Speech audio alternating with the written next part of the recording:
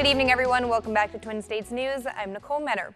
It's another SEC matchup this weekend for Mississippi State as Florida comes to Starkville, which means Dan Mullen is returning to Starkville.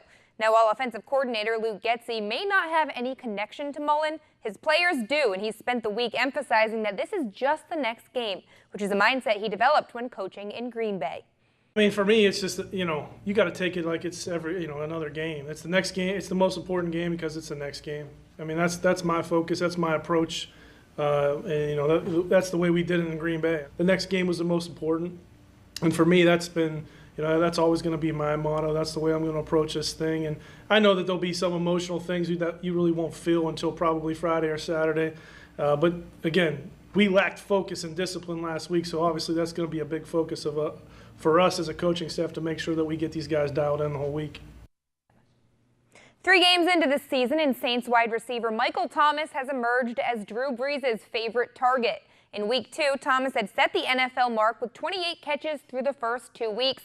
And while he had a record year in the 2016-17 season with the most catches through the first 2 seasons of a career with 196, did you follow that? He's on pace to do even more this year. Through 3 weeks, Thomas has hauled in 38 passes for 398 yards and 3 touchdowns. And those 38 were on 40 passes. So you could say that Drew Brees trusts him when he releases the football. He's a great matchup.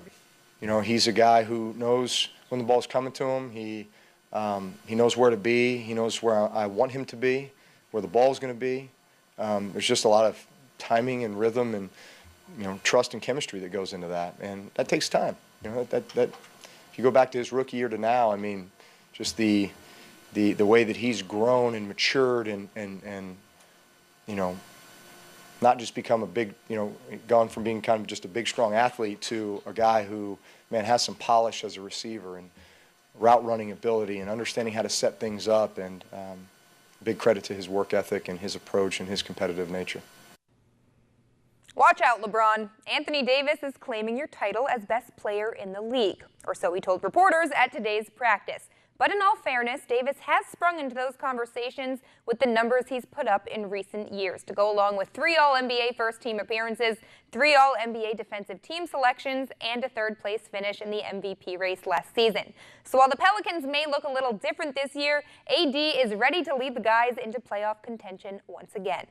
I mean, I think I am the most dominant player, but it's my job to try to convince you guys, but in my eyes, I'm the best player in the game, and I really feel that way, and nobody can tell me different. Leading these guys, never taking plays off, being great defensively, when it's time to score or whatever to do offensively, doing what I have to do.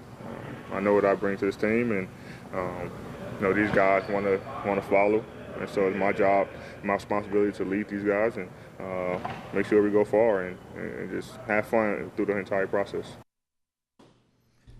He'll be in Los Angeles. We're doing this game again. Maybe he'll be with LeBron next year. He will be with LeBron next year, yes. And then who's the best player? Well, I know.